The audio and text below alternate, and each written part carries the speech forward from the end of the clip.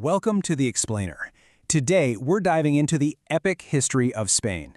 It's an incredible story of a nation that was literally forged in fire, shaped by massive empires, driven by faith, and constantly reinventing itself through some pretty intense conflict and amazing resilience. How did one peninsula go from being a crossroads of ancient peoples to a global empire, then a fractured nation, and finally a modern democracy?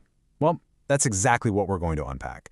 We'll walk through 5 key eras that really tell the story of how Spain became, well, Spain. Start at the very beginning. Our story kicks off on the Iberian Peninsula. Now, you gotta imagine this piece of land as a total magnet for ancient civilizations. Seriously, everyone wanted a piece of it.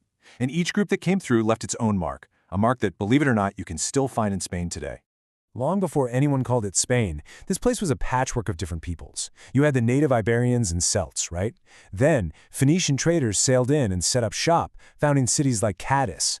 But the real drama of the main event was the clash of the titans, Rome versus Carthage.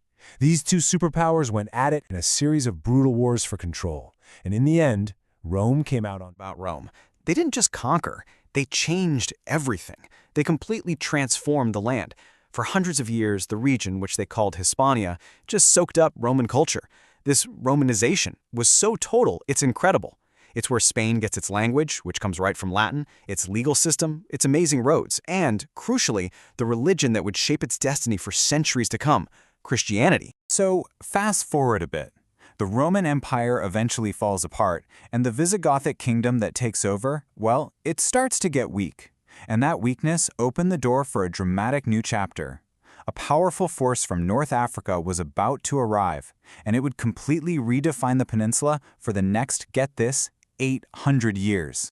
Remember this year, 711 AD. It's a huge turning point. A Muslim army of Arabs and Berbers crosses the Strait of Gibraltar from North Africa. And what do they find? The Visigothic kingdom is a mess, totally caught up in a civil war.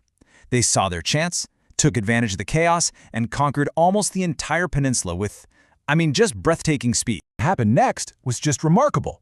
Under Muslim rule, the region got a new name, Al-Andalus, and it became this incredible beacon of civilization. Think about it. While a lot of Europe was stuck in the so-called Dark Ages, the city of Cordoba was a buzzing center of science, philosophy, and learning with these massive libraries.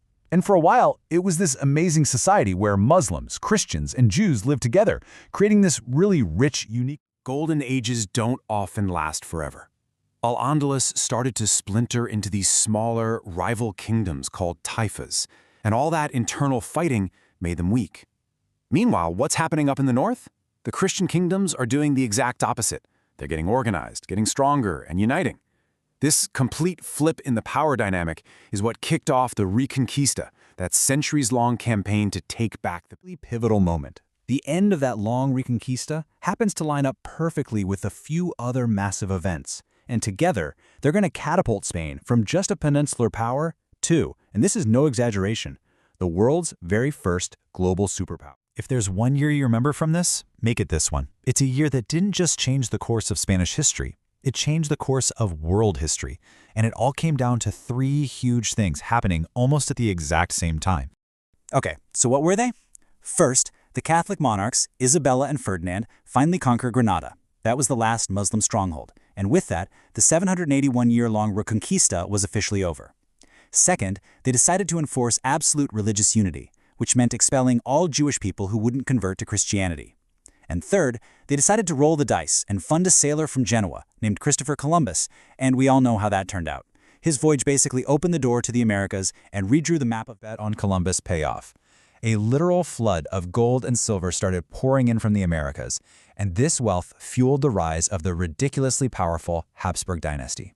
Spain built an empire that was just massive. It stretched from the Americas all the way to the Philippines.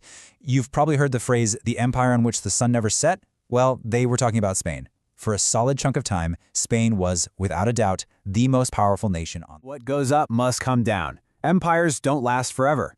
After its golden age, Spain began a long, painful slide downwards. This new era was all about incredibly expensive wars, watching its empire crumble away piece by piece, and being torn apart by deep internal conflict. Hundreds and the early 1900s were just brutal for Spain. It was one crisis after another. It all kicked off with Napoleon's invasion, which led to a devastating war.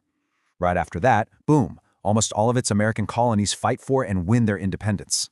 Then the country was rocked by its own civil wars. And to top it all off, it suffers this humiliating defeat in the Spanish-American War, losing its last big colonies, Cuba and the Philippines. All of this chaos and division just built and built until exploded into the horrific Spanish Civil War in 1936. Ended with a victory for the nationalists, led by one man, General Francisco Franco. He then set up an authoritarian, super-conservative dictatorship that basically cut Spain off from the rest of the world. And he would rule the country with an absolute iron fist for almost us to the most recent chapter in Spain's story, and it's a really amazing one. It's this story of incredible transformation, of a calculated and, importantly, peaceful journey away from dictatorship and into the vibrant modern democracy that we see today. Ironically enough, the seeds for this huge change were actually planted during the dictatorship itself.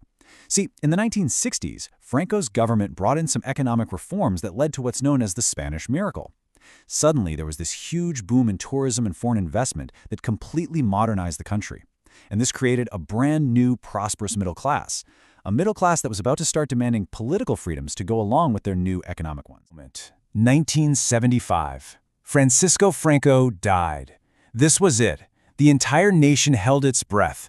Was the dictatorship going to continue under someone else, or was Spain about to choose a totally different future for it? Franco had handpicked his successor, Prince Juan Carlos, thinking he would carry on the regime. But the new king had other plans. He did the exact opposite. He masterfully guided the country through a peaceful transition to a full-fledged democracy.